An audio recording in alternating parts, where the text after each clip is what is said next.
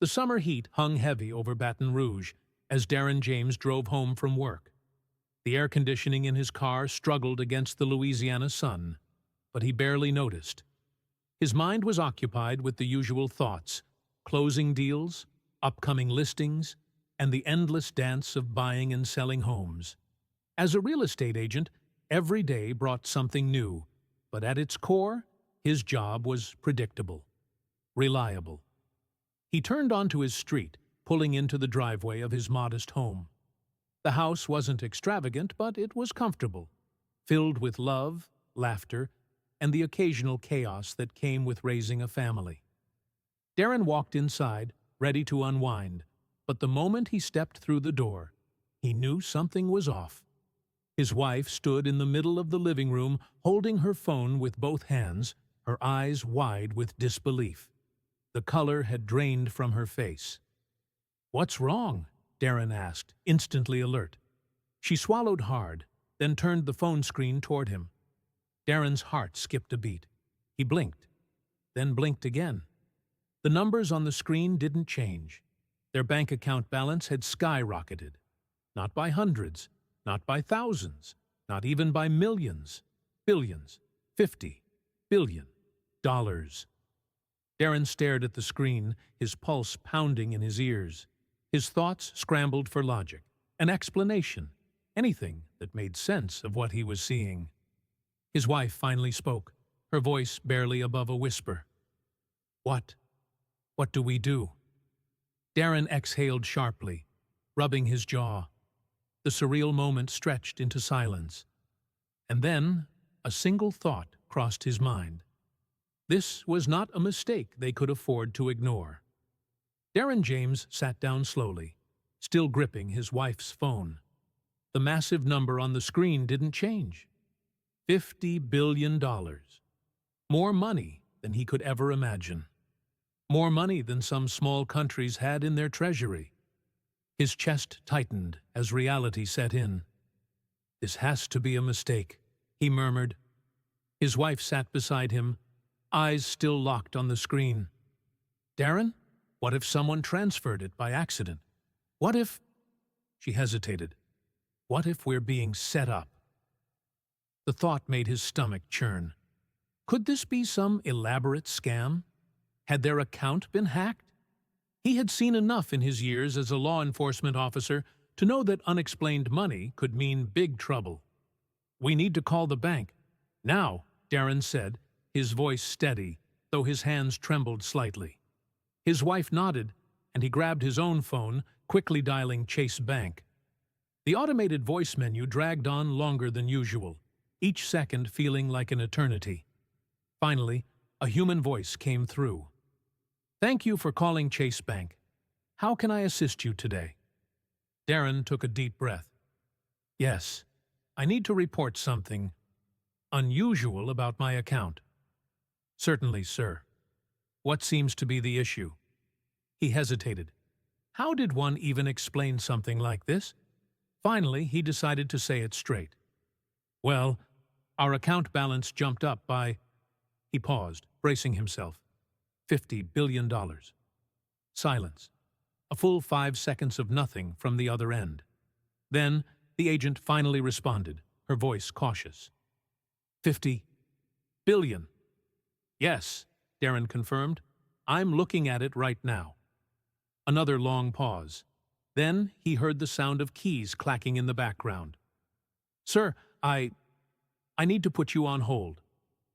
The line went silent, save for the soft, generic hold music playing in the background. Darren and his wife exchanged nervous glances. Minutes ticked by. The longer they waited, the more uneasy Darren felt. What if this wasn't a simple banking error? What if there were people out there who knew about this? People who might come looking for their missing money? Just as the paranoia started creeping in, the call reconnected. A new voice, deeper and more authoritative, greeted him. "Mr. James, my name is Daniel. I'm a senior representative at Chase Bank. I understand you've noticed an unusual balance in your account?" Darren sat up straighter. "Yes, sir. We didn't touch the money. We know it's not ours." I just need to understand what's happening here." There was a slight sigh on the other end. Then Daniel spoke. "Mr. James, we are aware of the situation. You were not the only account affected. We are investigating." That was both a relief and a new source of worry. "Other accounts were hit with this as well?" Darren cleared his throat. "So, what now?" Daniel's voice was calm but firm. "For now, do not attempt to move or withdraw any of the funds. We are working to correct the issue. It should be resolved soon." Darren frowned. "How soon?" A pause. "Then, within a few days?" A few days? He was supposed to sit on $50 billion in his account for days? As he ended the call, Darren put his phone down and exhaled. His wife looked at him expectantly. "Well?" she asked. "They're working on it," Darren said. "They told us not to touch it." She nodded slowly, then bit her lip. "So, what do we do now?" Darren glanced back at the phone screen, the absurdly high number still staring back at him. "Now," he said, forcing a chuckle, "now, we wait. And we pray this doesn't turn into something bigger than a bank error." But deep down, he had a feeling. This was far from over. The next morning, Darren woke up with a strange sense of unease. Normally, his first thoughts were about work, his clients, or what needed to be done that day. But today, there was only one thing on his mind. $50 billion. He rolled over and reached for his phone on the nightstand. His wife stirred beside him. "Checking again?" she murmured, half asleep. "Just making sure it's still there," Darren replied, unlocking his phone. It was. The impossible number still sat in their account, untouched. Darren exhaled. It had been nearly 12 hours since he had called the bank, and nothing had changed. No update, no correction. Just $50 billion sitting in an account that legally, morally, and logically should not belong to him. He sat up, running a hand over his face. It wasn't just the amount that made him uneasy. It was the responsibility. What if someone tried to hack into their account? What if someone found out about this and thought they had actually taken the money? His wife sat up, reading the concern on his face. "What are you thinking?" Darren hesitated before answering. "That money isn't ours, but for as long as it sits there, we're carrying the weight of it." She nodded, understanding. "I wish they'd fix it already." Darren sighed. So did he. Later that day, he decided to step out of the house for a bit. He drove to a small coffee shop, hoping a change of scenery would help clear his mind. But even as he stood in line, waiting for his order, he couldn't shake the absurdity of his situation. People around him were going about their normal lives, buying coffee, chatting, scrolling on their phones, completely unaware that standing among them was a man who, on paper, had more money than some of the richest people in the world. The thought made him smirk. If they only knew. As he grabbed his coffee and turned to leave, a thought crossed his mind. What would I do if this money was actually mine? He knew some people would take off running, disappear to another country, and live out their days in luxury. Others might blow it all on sports cars and mansions, indulging in every material pleasure imaginable. But Darren, his heart pulled in a different direction. He had seen too much of life, the struggles, the unfairness, the hardships people faced every day. If, somehow, that money had actually been meant for him, he wouldn't waste it on extravagance. He'd build something, a hospital for children, a shelter for struggling families, scholarships for kids who deserved a chance. He sipped his coffee and shook his head, chuckling to himself. Not that it mattered, because any moment now, Chase Bank would fix the error, and he'd go back to being just another hard-working real estate agent in Baton Rouge.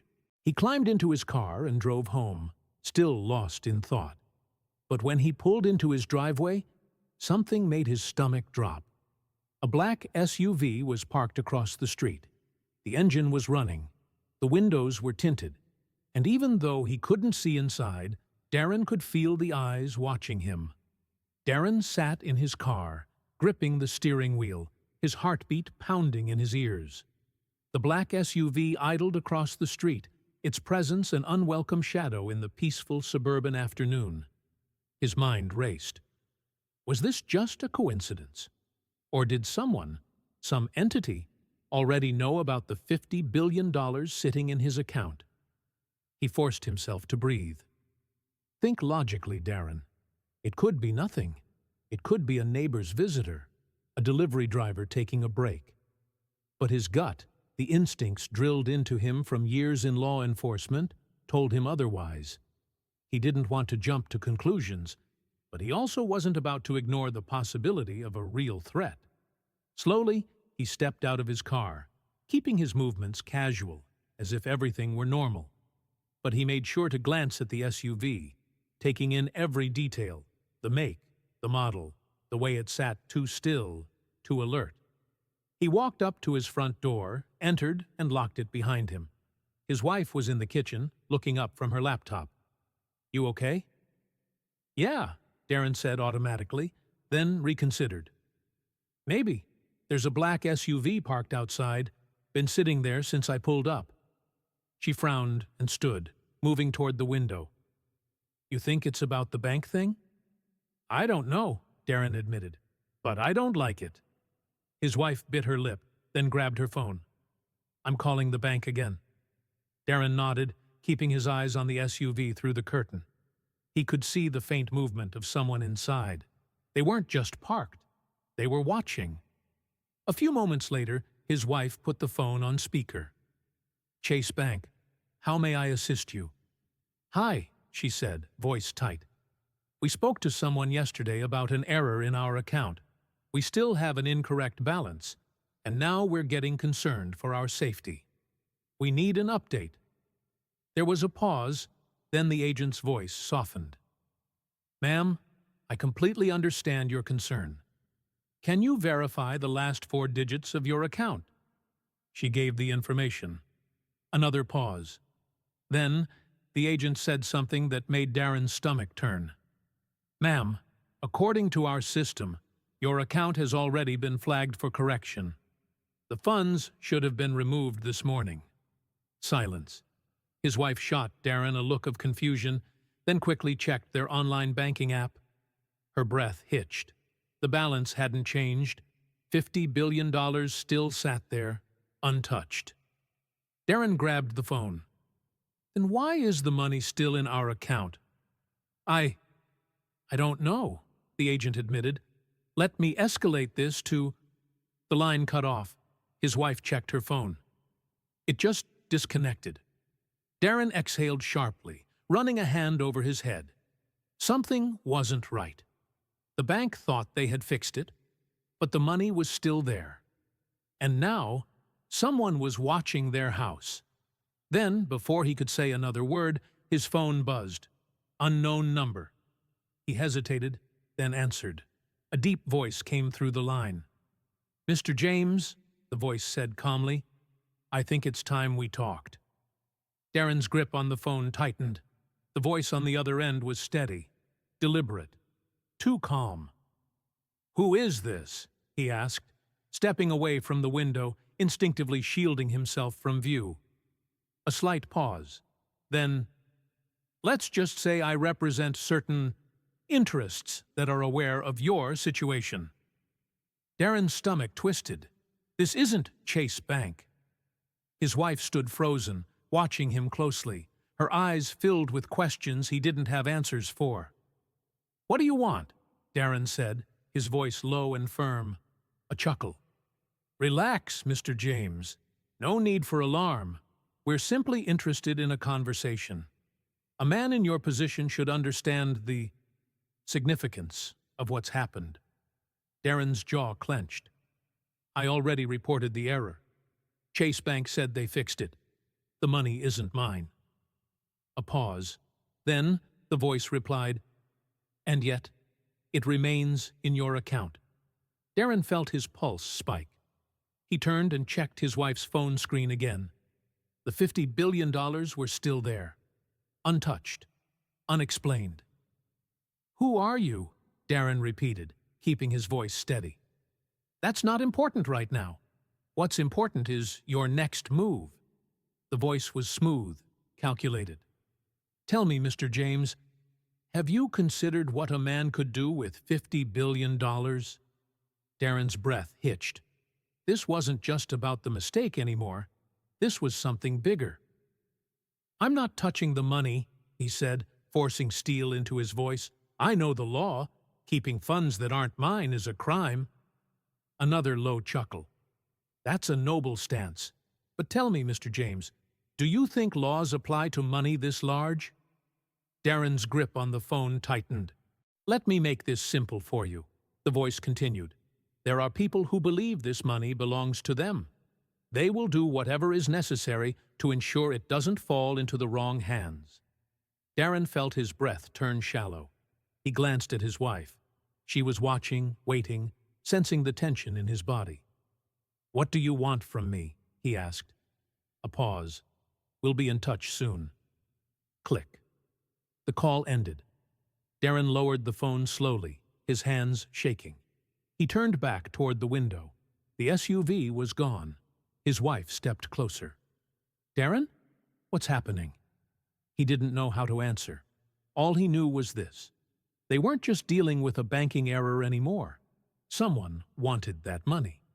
And they were watching. Darren stood frozen, his mind racing. His wife's voice cut through the silence. "Darren? Who was that?" He turned, his expression unreadable. "Someone who knows about the money." Her face paled. "The bank?" "No." Darren shook his head. "Someone else. Someone who thinks this money belongs to them." She clutched the phone, glancing at the still unchanged balance. "We need to get out of here. If they know where we live—" A sharp knock at the front door made them both jump. Darren's heart slammed into his ribs. His wife gasped, her fingers tightening around her phone.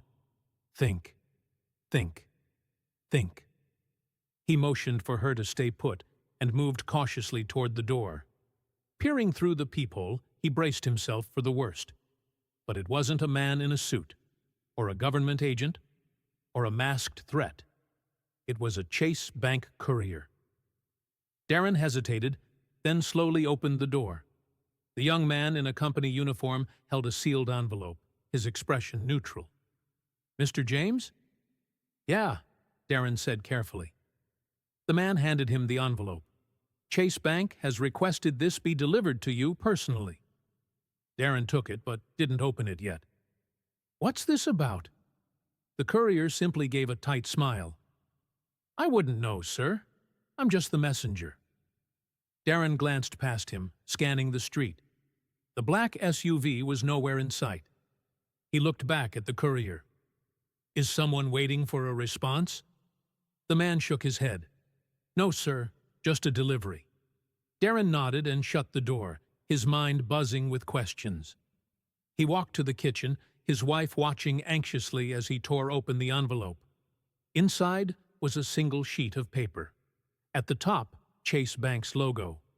Below it, only a few lines of text. "Dear Mr. James, we are aware of the ongoing issue with your account. Due to the nature of this discrepancy, we are currently unable to process the correction as expected. We will require an in-person meeting at our Baton Rouge branch tomorrow at 10 a.m. to discuss next steps. Please do not attempt to move or withdraw any funds before then.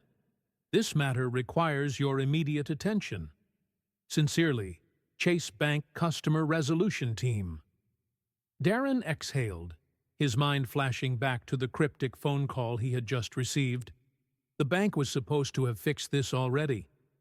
But now they couldn't? And they wanted a face-to-face meeting? He looked at his wife. They don't know how to fix it. Her fingers curled around her coffee mug. Or they're stalling. Darren placed the letter on the counter and rubbed his temple. He didn't like this. Not one bit. And he had the sickening feeling that showing up to that meeting might be the worst mistake of his life. The morning air was thick with tension as Darren parked outside the Chase Bank branch in Baton Rouge. His wife had wanted to come with him, but he insisted she stay home. He didn't know what to expect, but he knew one thing for sure. This wasn't just a banking error anymore. Before stepping out of the car, he scanned the lot. No black SUV, no signs of surveillance. But that didn't mean he wasn't being watched. Taking a deep breath, he walked through the glass doors. The bank was quiet, the usual hum of business muted by an eerie calm. A receptionist greeted him with a forced smile. "Mr. James?" "Yeah." "Right this way, sir." She led him past the tellers and down a hallway, toward a private office. Inside, a man in a tailored suit sat behind a desk, his expression unreadable. Darren stepped inside, his instincts on high alert. "Mr. James," the man greeted, gesturing to a chair. "Please, have a seat." Darren hesitated but sat. "I assume this is about the money still sitting in my account." The man offered a thin smile. "Yes, I want to personally assure you that Chase Bank is actively working to correct the error. Cases like this, though rare, require careful handling. We appreciate your patience." Darren folded his arms. "Why hasn't it been fixed yet?" The man leaned forward. "Because an amount of this size doesn't simply vanish without raising questions. Our system has safeguards against unauthorized transactions, even when correcting mistakes. But I can assure you, by the end of the day, your account will be restored to its correct balance." Darren exhaled. "Good.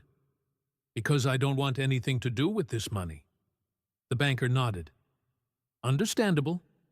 And, Mr. James, I trust we can count on your discretion regarding this matter." Darren met his gaze. "I didn't ask for this. I just want it gone." The banker smiled again, but there was something in his eyes, something measured. "Then we're on the same page," he said, standing up and extending his hand. Darren shook it, then turned and left the office. By the time he reached his car, he checked his phone. He opened his banking app. The money was gone. His account was back to normal. Relief washed over him, but a lingering unease remained.